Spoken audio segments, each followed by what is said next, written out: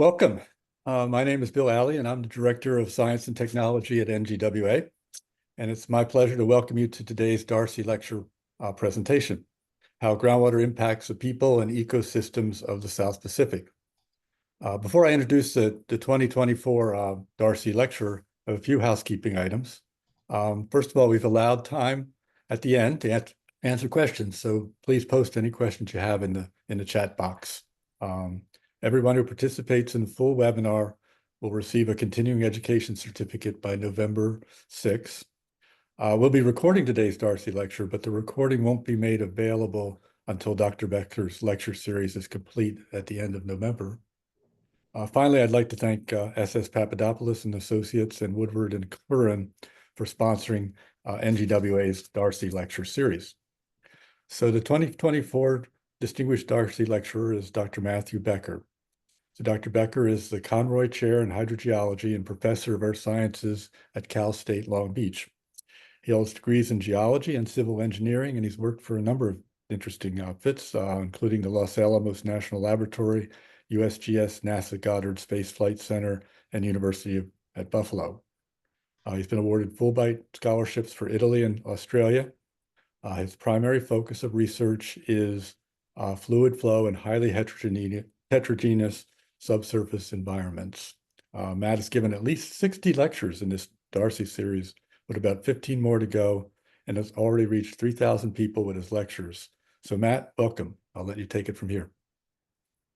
Thanks, Bill, and thanks everyone for coming out. Good morning or good afternoon, depending on where you are. And so that I want to mention that this talk is a little bit outside the realm of what I have historically worked on. I am still more of a traditional hydrogeologist, focusing on fractured rock hydrology and things like that. This actually came out of some surfing that I was doing with a friend of mine as an archaeologist, and he invited me to help on with some students on an island, and that led to another island, and then here I am. So sometimes just saying yes to something crazy leads to something new and really interesting. So I want to start with a choice that we get to make when we use our map apps.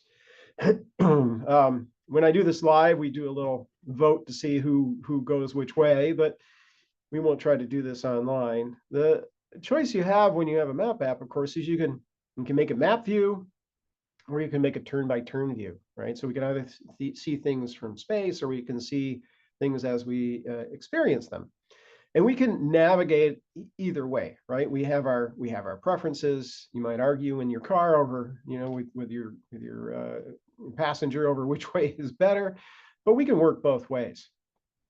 Now, James Cook, the famous explorer and navigator, British explorer and navigator, took this map with him when he left on his famous first voyage to chart the South Pacific.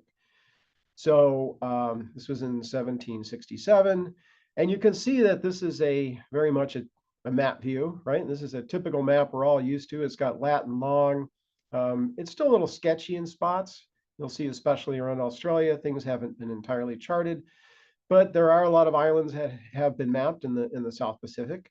And I've labeled some of these. We're going to be talking about Rapa Nui and a couple islands near Tahiti today. But I've also put on there the Marquesas and the location of Hawaii, even though Cook didn't know where that was at that time. So when Cook got to Tahiti, he had orders to explore the far South Pacific, and so he recruited some help from a local navigator by the name of Tuapea. And Tuapea, a Polynesian who is a priest and a navigator and a lot of other things, agreed to go with him.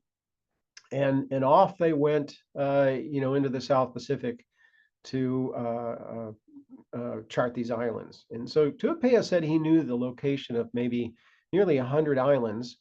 And as they were traveling together, Cook asked Tuapea to make a map. And the original map doesn't survive, but the copy that Cook made is here. And I've labeled the same islands that we had on the previous view on this map, and you can see that things are kind of in a different position, right?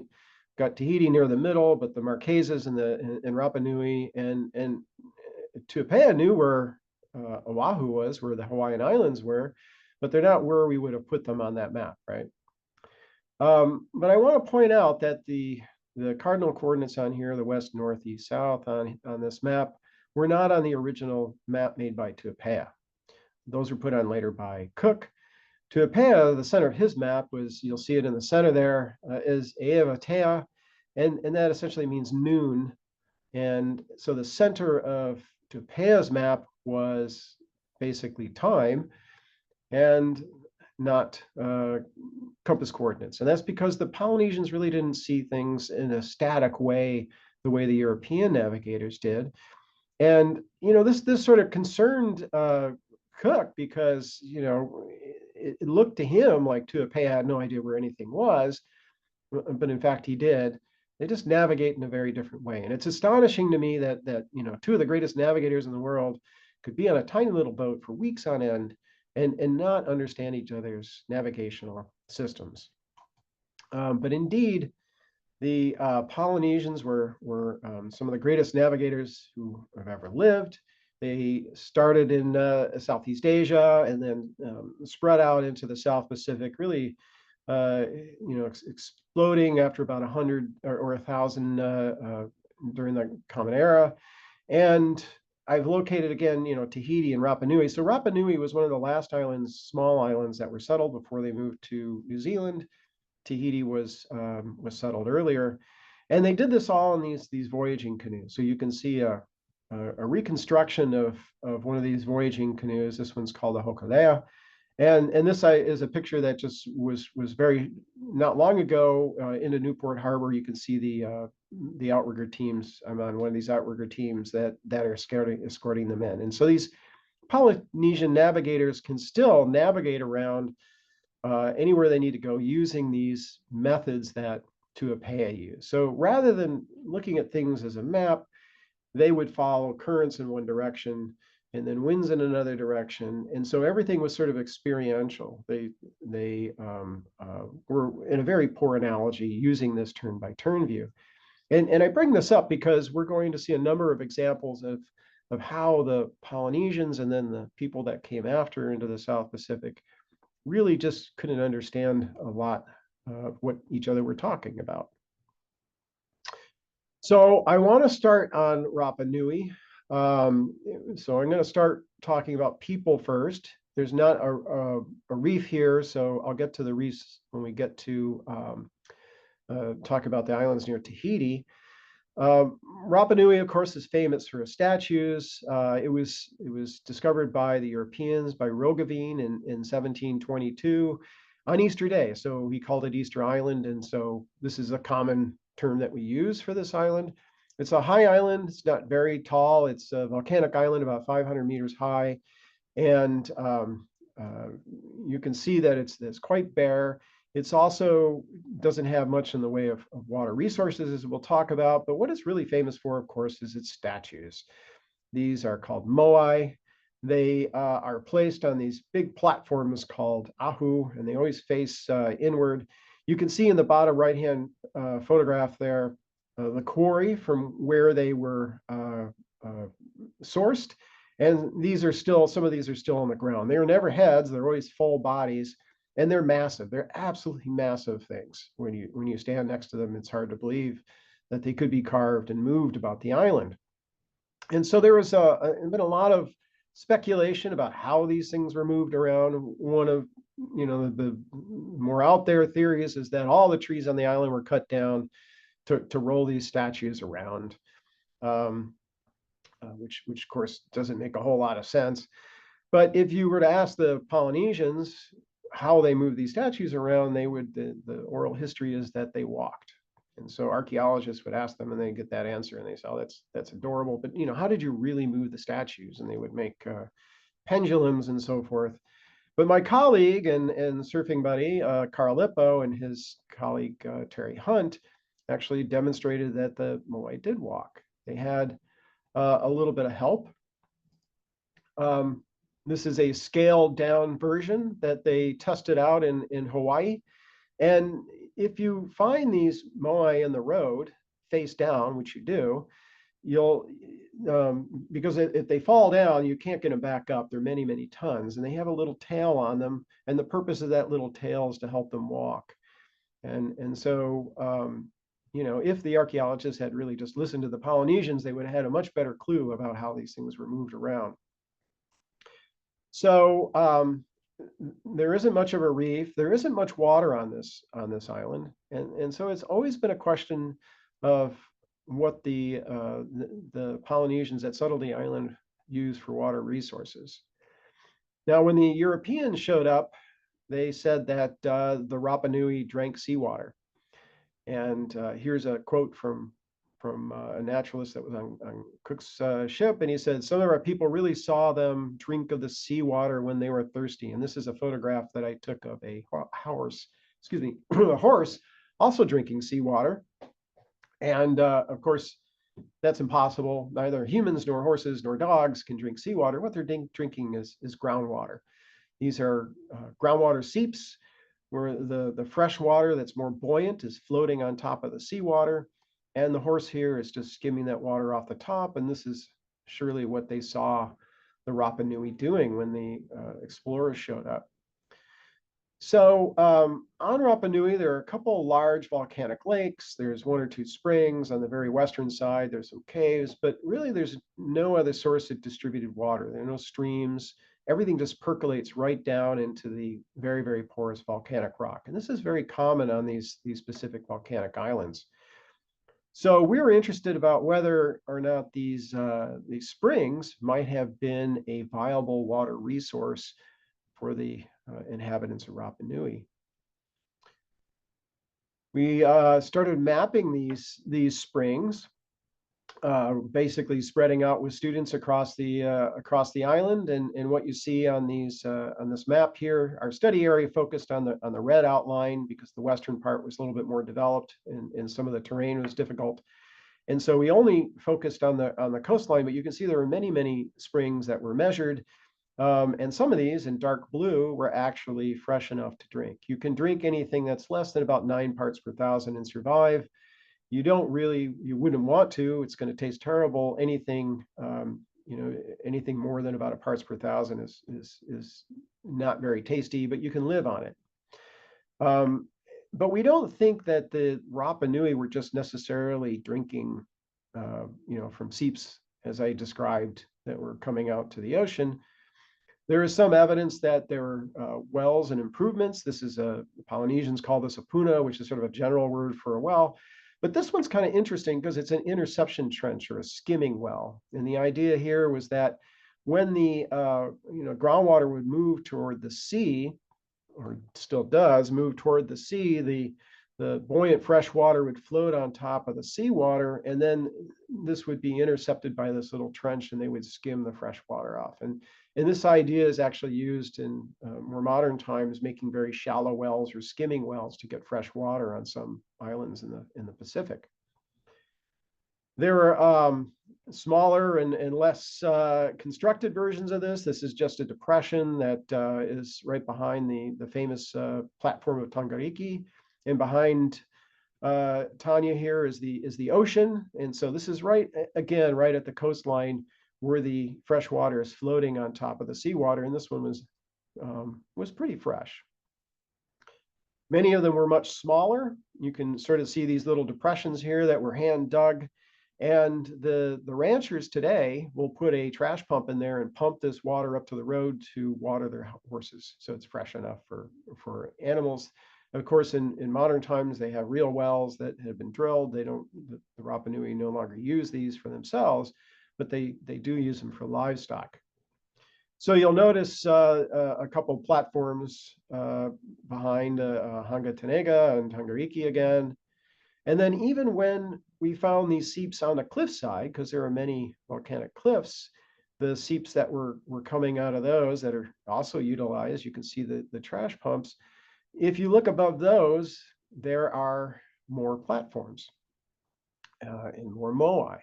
So we began to wonder whether or not the location of these seeps had something to do with the location of where they put the statue platforms. So Bo DiNapoli, who was a PhD student of Carl Lippo's, did a really fantastic statistical study and correlated the platforms, the AHU, which are shown in the red dots on the upper right, with the sources of water that we mapped and in the blue, and then other things like marine access to marine resources and things that might be confounding variables, and found that there is actually a good statistical correlation between the water and the AHU. So apparently, the AHU are located where there are sources of fresh water. And we believe that they're persistent enough to have gone back hundreds of years. We don't know why the statues are necessarily located next to the springs. We assume it's not just because they were thirsty when they were building them, that it was some sort of a signaling. But this oral history has been lost. Sadly, there was maybe 3,000 islanders when Roggeveen showed up, and then eventually, due to European importation of smallpox and venereal disease, and then later slave trading, the entire population was reduced to like 111 people. And so a lot of the oral history has been lost, and the Rapa Nui themselves don't know a lot of their history. So we may never know exactly why the statues are located next to water, but I like to think of those moai as being very, very early hydrogeologists, and they tell us today where you can find freshwater seeps along the coastline. So let's back up a little bit and understand how this is happening. I'm sure many of you are aware of this. This is a really famous cross-section of this kind of a system from Oahu. And, in this case, Oahu is a very high island. It gets a lot of rainfall. And so this is a large example, but this fresh water floating on top of seawater exists in many Pacific islands. And so these volcanic islands tend to be very permeable. Rainfall percolates very quickly into the rock. You don't tend to get a lot of surface runoff because of that. And so these freshwater lenses store the water, and then the water migrates through the groundwater and discharges to the ocean into what is generally known as submarine groundwater discharge. So, when you're interested in how much water is available, you're interested in sort of the thickness of this freshwater lens, but we were interested and became interested in how this groundwater might be bringing nutrients to the reef.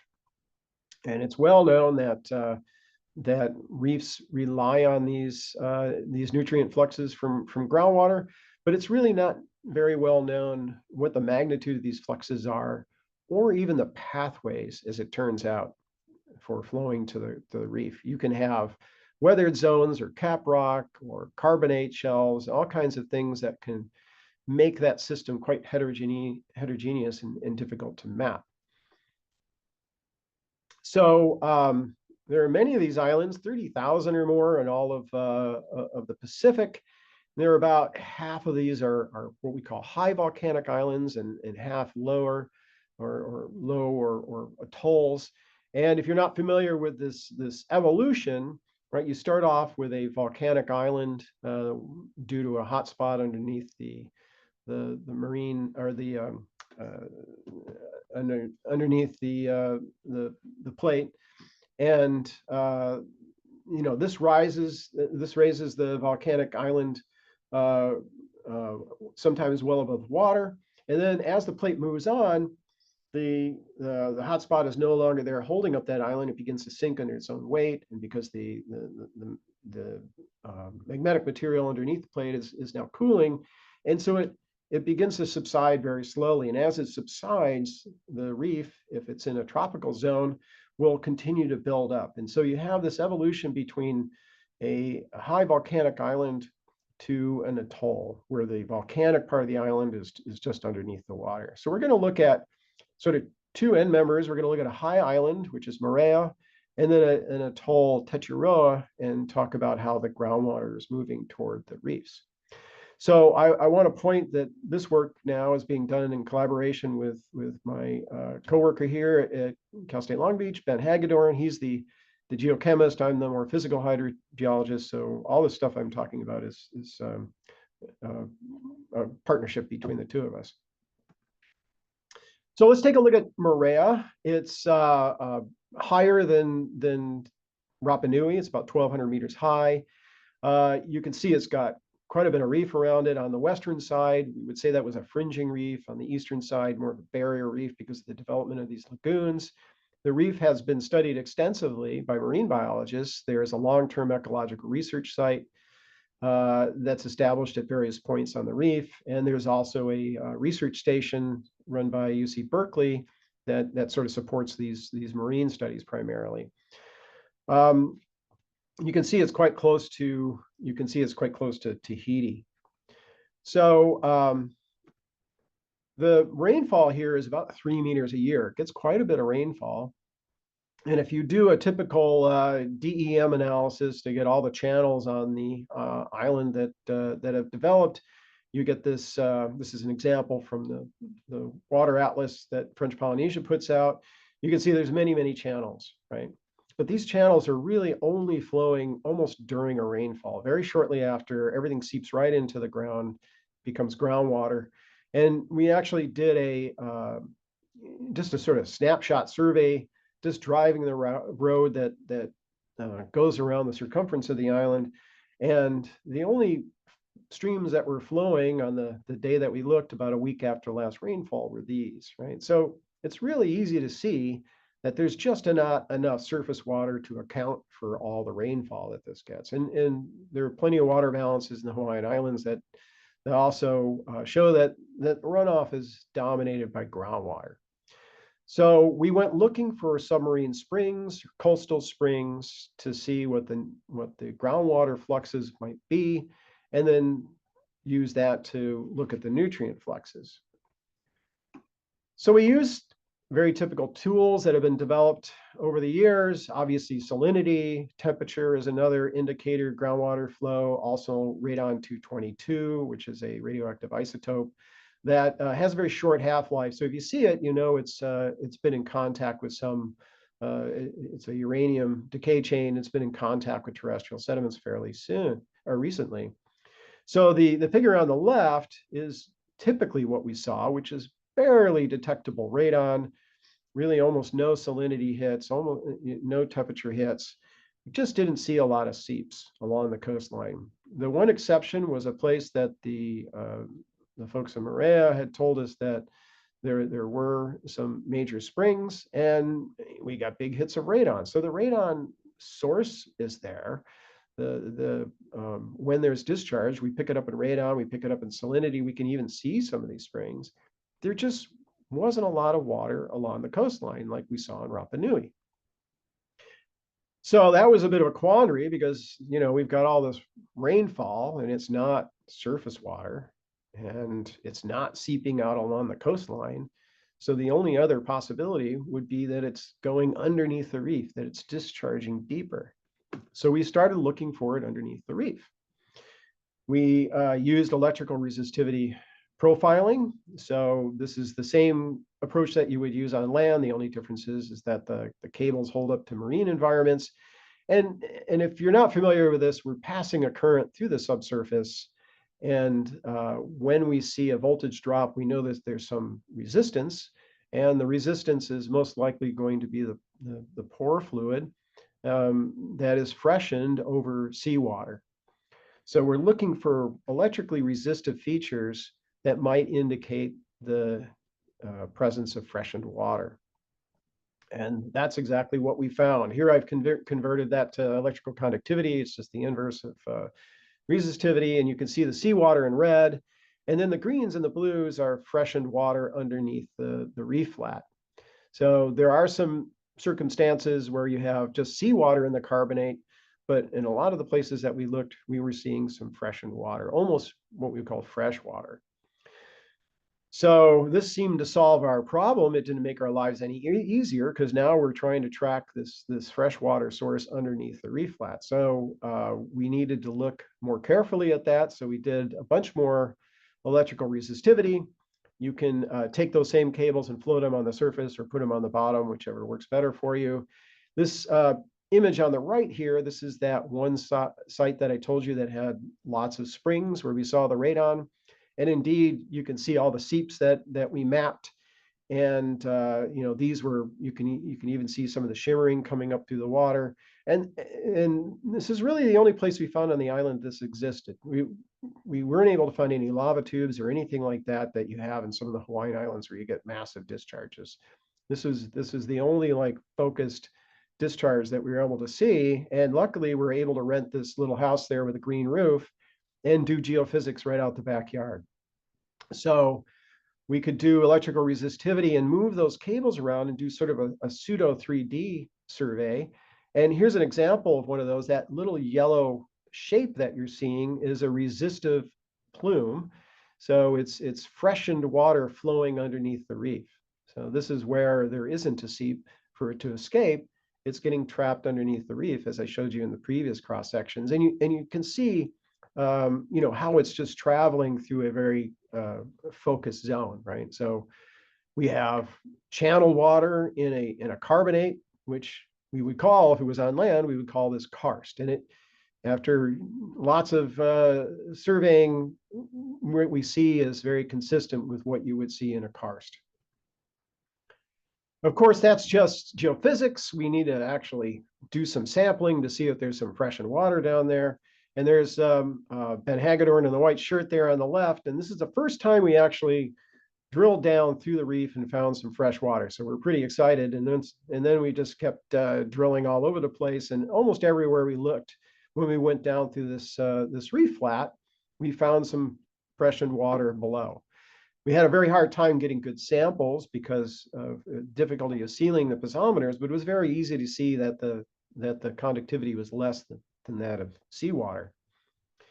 So you may be wondering why there's fresh water underneath this reef. And of course, that means that there's got to be something confining that water, because that fresh water would just, because it's more buoyant than the seawater, would just tend to float up on the surface. And there was something that was well known on atolls. We hadn't seen it for high islands. And it's called a reef flat plate. The Polynesians call it a papa, which really just means a rock. And you see an example here from the Caroline Islands where the islanders have actually punched down through this thing to get to fresh water. It turns out if I had asked the right question to the Polynesians living on the island, they all would have told me that this rock layer exists underneath the, you know, every time they dig a hole, they run into this thing because it extends onto the island. So it comes from the reef flat all the way onto the island. But I didn't ask that question. So we had to find it the hard way. That little layer there, that reef flat plate, is very interesting because it's very thin, and where it occurs, it's been described on atolls. It's rarely more than a meter. It's always right below all the coral sand, so it's just below the water column, and it's highly cemented. And then below that, when we core down, you can see the core I've got on the bottom of this image here. I've turned it on its side. Below that confining layer, that thin cemented layer, we would, as we're coring the gas operating coring, we would just sort of drop right into voids, just like you would if you were drilling into karst. And you can see the crumbly, poor recovery we're getting from the core, and even some staining that suggests that there's some groundwater moving through those zones. So you know, the fresh water is underneath the reef, and apparently it's, at least near shore, it's underneath the reef because of this thin layer. So again, we're trying to chase this pathway. And the next question, of course, is where does the water go once it's trapped underneath the reef? So we used a similar method of electrical resistivity. This is continuous resistivity profiling. So you pull the cable behind a boat. The data quality are much poorer than what you would get in the static cable system because you don't have as many potential pairs to work with, but it definitely is able to pick up some resistive features. And this has been used by a few other authors as well to look for freshened water in, in island environments. And you see on the right here where we have the yellow pathway, we're following the boat channel. There's so many reef pinnacles that you can't just go anywhere you want on the reef. So we would tend to just follow this one pathway. And you can see that those reefs are about 1 kilometer wide. And so we're about halfway out on that. And again, we saw resistive features. If you look on the right-hand side, this is one of those pathways I showed you on the boat channel. And we're looking at the cross-section of the resistive features. The red is resistive, the green and blue are less resistive. And I show you the two on that figure on the right-hand side because they're going in one direction and then the other direction. So it's highly repeatable. Unfortunately, because of the nature of the way that these resistive profiles go, because we're constantly moving the cable, when you invert them, it tends to make all the features look very vertical. But in reality, what we have is some resistive features that are kind of at the top of all these features. And you can do some forward modeling to demonstrate this for resistivity. So we have these resistive features that are maybe 7.5 to 10 meters deep, right? So this is much deeper than the reef flat plate that we're seeing that's holding the water down near shore. And so our conceptual model comes out to be something like this, where we have groundwater, of course, coming out from the volcanic rock, being recharged at elevation, and near shore it gets trapped at the reef flat plate. And we think that there's some percolation up through the reef flat in little spots. Every once in a while, we saw little springs that would come and go. We haven't been able to quantify that because they're very hard to find. They're quite small and they vary with the tides. Then farther out, we have a deeper pathway, and this is confined in the contact between the Pleistocene and the Holocene sediments. It's called the Thurber discontinuity. And this is there because during the low sea stands, the paleo reef was exposed, became karstified, and then as the sea level rose, the Holocene reef built up on top of that. So the corals just kept constructing on top of that, and that has a lower permeability, right? So on atolls, it's well known that the Pleistocene is much more conductive than the Holocene sediments. So this is where we're at. We don't actually know where all the groundwater shows up just yet. We're still working on trying to quantify these fluxes, but at least we now sort of understand where the water's going. So let me switch now to Tetiaroa. This is an atoll. So now, again, we're near Tahiti, but this is in a little flexure trough in the near Tahiti. So the island sunk a little faster than the other islands. And so the volcanic island is 150 meters below water, right? So we don't even see the volcanic island. So this is just carbonate. So we have these two end members. One, it's dominated by basalt, and the other is dominated by carbonate, right? So very, very different kinds of systems. Very low. Most of the island is just a few meters at most above sea level. I think the max is like 10. And this is an interesting history on this island. It was settled by the Polynesians, but nobody really lived there. It was used as a resort for kings and so forth. And then it became a coconut plantation. And then Marlon Brando shot mutiny on the Bounty in this area, mostly around Moorea, and just fell in love with the South Pacific, and he fell in love with his co-star. And so he bought this island from the coconut plantation and lived on it for decades. Now, when Brando died, he turned over the island partially to a very high-end eco resort, the Brando. It's $4,000 a night for a bungalow. But he also insisted that there be an eco station. And so the Tetiaroa Society was formed to protect the ecosystem on the island and establish a place where scientists can work from. And that's where we work from. And the Tetiaroa Society has just been wonderful to us. Brando considered himself an ecologist more than then an actor toward the end of his life. His son is still there, and he said that his father was really just acting to make money to support the island toward the end of his career. I think that the Tetsuo Society is just sort of following on Brando's wishes. So this is what it looks like on the ground. I took this shot because there's this tiny little sandy motu or islet in the foreground, and in the background you see Rimatu'u, which is much larger, right? So we have some of these motu or islets are very large. They're all filled with rocks, and some of them are just really not much more than a sandbar. They're all there because basically storms are depositing material and it's getting stabilized by vegetation and it just builds up. So this is all just reef material piled up in various places. The other thing you notice, of course, is that there are a lot of birds, and this is turns out to be a very important connection in the ecosystems. Darwin, when he explored the South Pacific, said that that these islands were an oasis in a nutrient desert. This is called Darwin's paradox. How could this explosion of life exist in an otherwise fairly barren ocean? And one of the main reasons is birds. So birds hunt in the ocean, they nest on the land, they drop their guano, and this creates a cycle of nutrients that help drive the ecosystem of the reef. The reefs are generally nitrate limited. They also need phosphorus, but that tends to be more plentiful in the ocean. And so the birds are a very, very important key to the entire ladder of biology on these islands. Now, when the Polynesians came, they carried rats with them.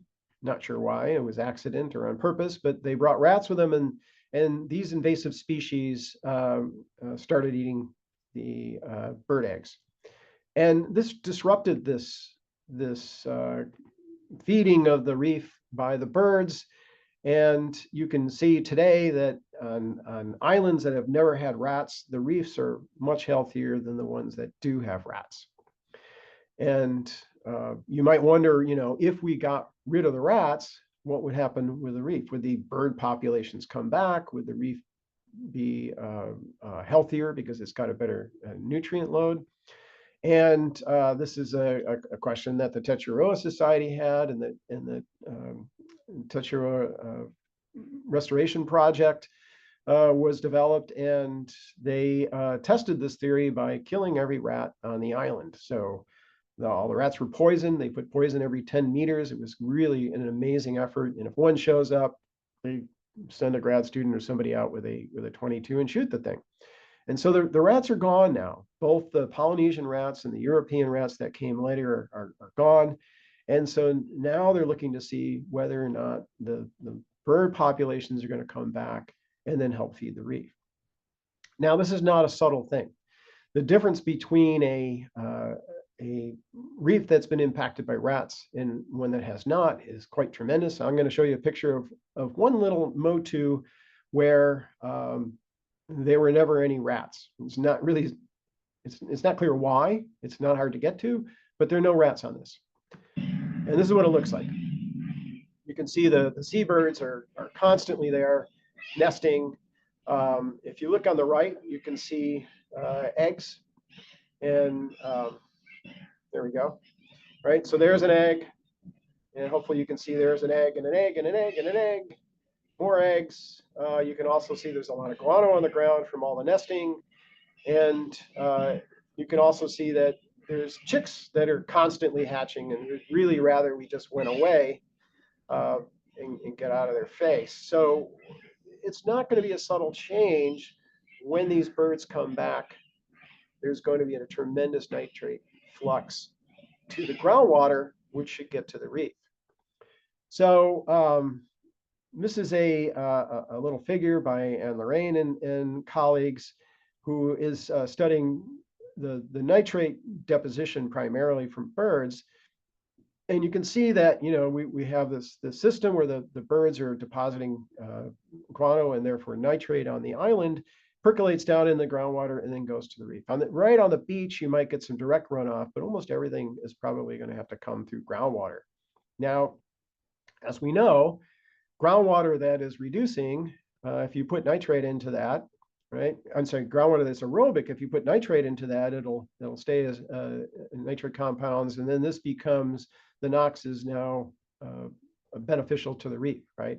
However, if the groundwater is reducing, we get denitrification, it turns into nitrogen gas, goes up in the atmosphere.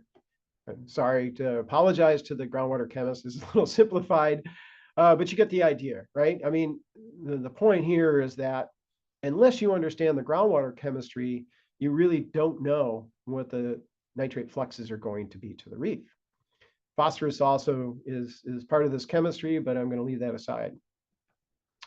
So we started sampling to see what the geochemical conditions were in the on the MOTU, on the islets. Most of our sampling at first was on the inside of the islets, because on the outside there tends to be much more rocky debris that we can't auger down through. But we put in many, many holes, and then we got frustrated not being able to get through the rocky stuff, and more recently we just shipped out there a so-called portable mud rotary rig. It's called the Little Beaver, and weighs like 1,200 pounds, but we can move it around the island. So it's just a typical mud rotary system, so we can put in deeper wells, and we're starting to put in nested piezometers now.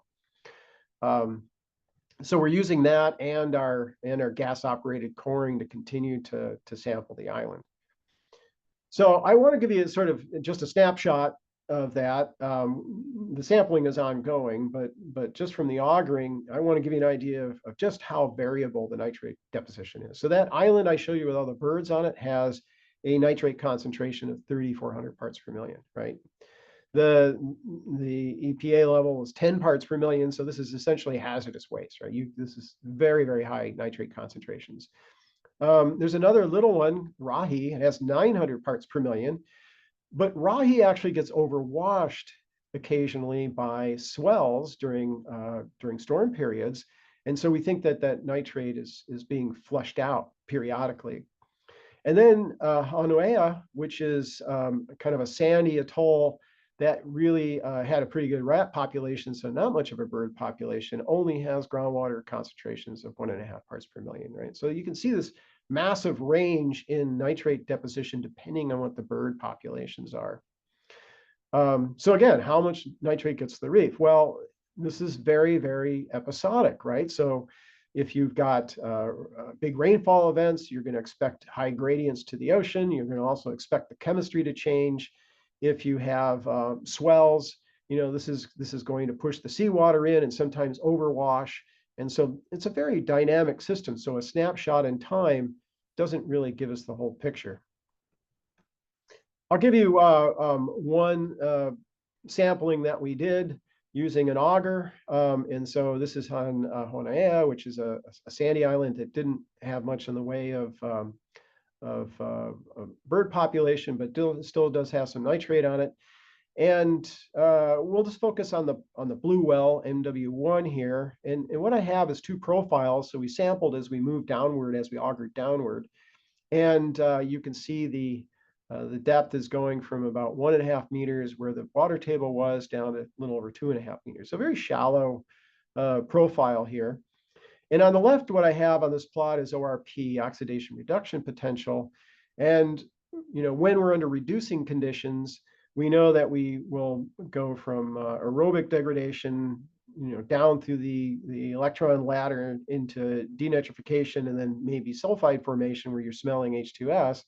And that all begins when you get an ORP of less than about negative 50 millivolts, right? So anything in this zone that I've got in the green box here, we would expect to be undergoing denitrification. And sure enough, if you look at the dissolved nitrate concentrations that we measured in the figure to the right, it's both those blue lines, they're almost mirror images of one another. And so sure enough, we're seeing denitrification in the groundwater.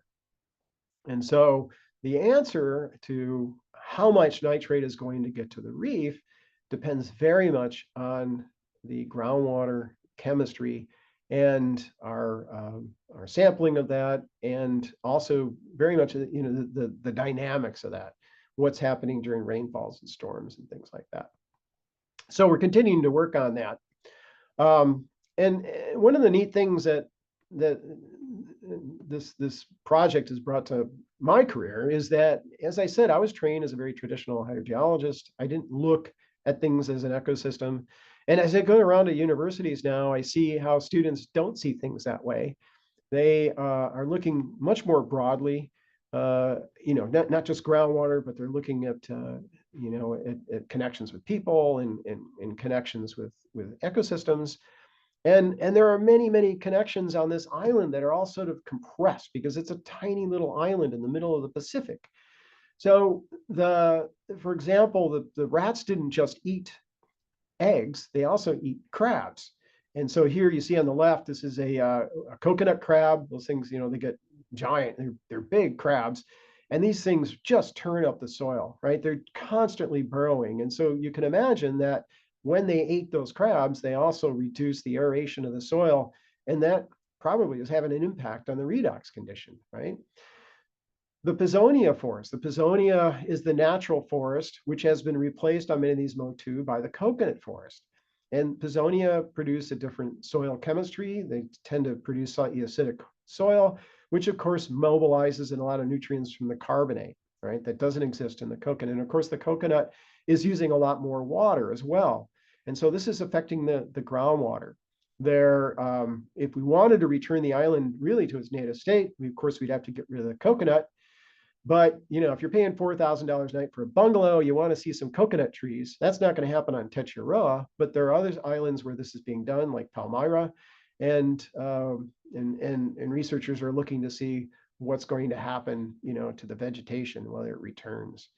And of course, lurking behind all of this is sea level rise. Here's a photo I took when we were out there and the swells were kind of high. You can see where the bike is. That's a road. And to the right of him is the airport runway. And so what we're already seeing is not necessarily static sea level rise impacts, but the swells are getting bigger because the circulation patterns are getting stronger and the storms are getting stronger. And this is causing overwash, which is obviously a problem for salinization of the freshwater aquifers. So, all these things are happening together, and it's fantastic to talk to biologists. And you do that because there's only one place to get a beer on the island, and the biologists and the geologists somehow always end up there. And you learn all these connections. And, we just sort of drink beer and blow each other's minds because I don't know anything about biology and they know, they don't know a whole lot about hydrology.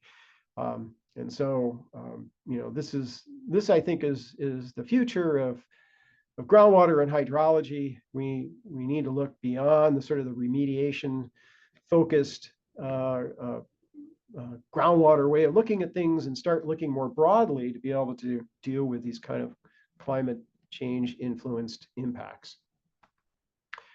So to summarize, if you don't remember anything else about this talk, hopefully you remember that those moai are indicating groundwater, and we wish we knew why, but all we know for now is that they are correlated.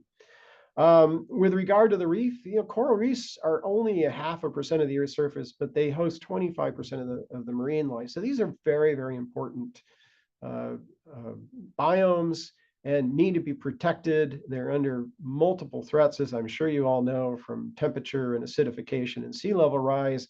And so it's going to take a combination because of this connection between the terrestrial and the reefs.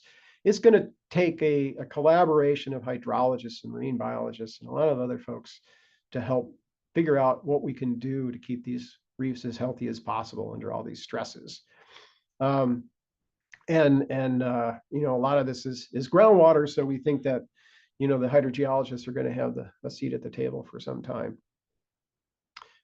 So I really want to thank Bill and the National Groundwater Association for sending. This has just been the highlight of my career, and I can't tell you how exciting it is to go to all these places, universities, but also labs and consultants, and and just talking with smart people all day long, it's really just a dream come true.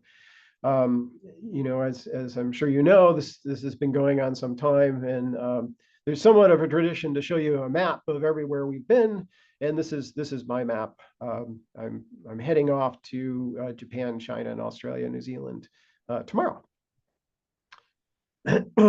And I don't. This is a slide I always have for students to sign up.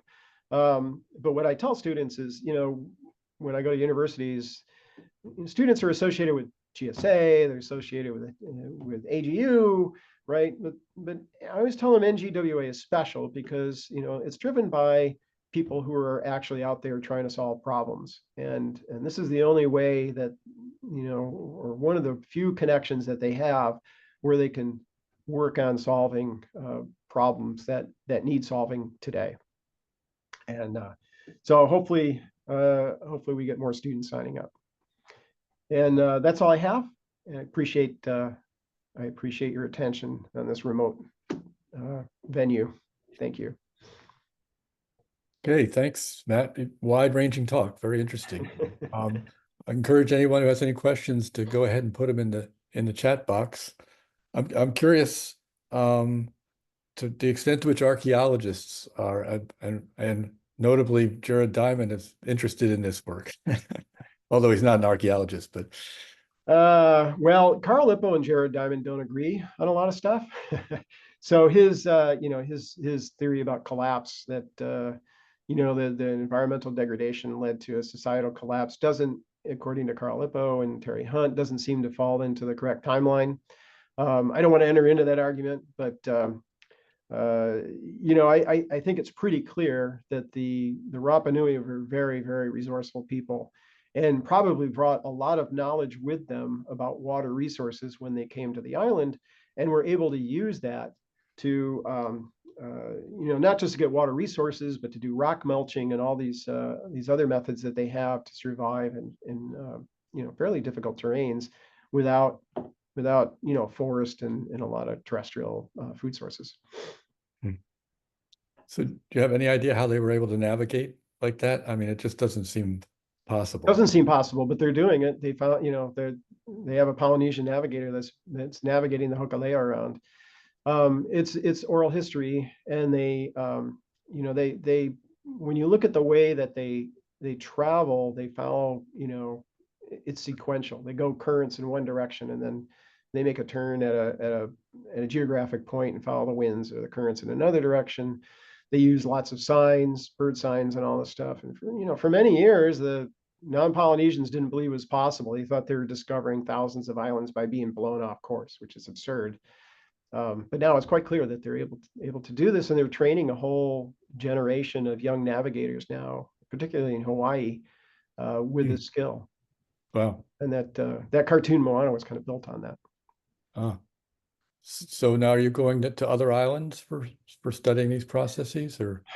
We're going back to Tetiaroa Okay. because that's really got our hands full as it is. It's just such a great place to work too, because even though there's lots of rich people on that one motu, they're not allowed to go to any of the other ones without a ranger.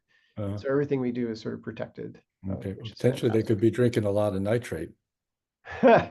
Yeah, they desal. They have the money to desal. That's where they're getting their drinking water. Okay. But early on, before then, Marlon Brando, I'm thinking, may have been drinking a lot of heavy nitrate, or maybe the birds were all gone by then. Maybe they had one well over on Tiaruna, which is one of the larger islands, and it has a big coconut forest, and so the birds don't tend to nest inward, and we found lower concentrations of nitrate there.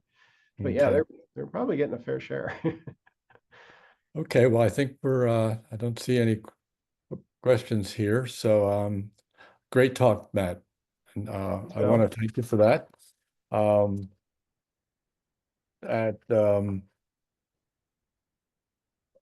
want to mention that people will get certificates that have been watching this, and they'll be sent out by November 6th. And thank you for the advertisement for NGWA, and we certainly hope to see that our attendees at another NGWA education event sometime soon. So thanks again, Matt. Great talk. Thank you. Thanks, everyone.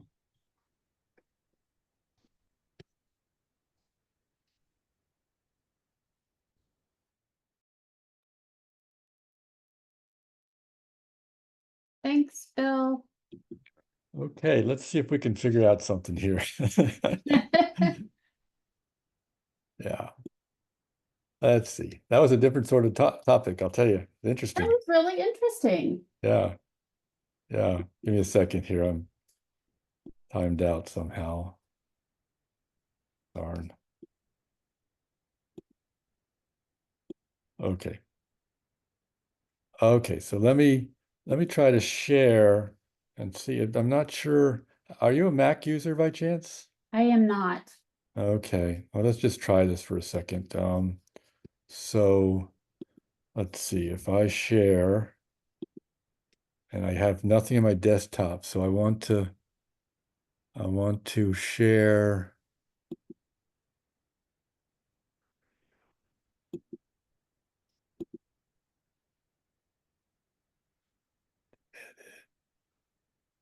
Let's see. Not sure what layouts are.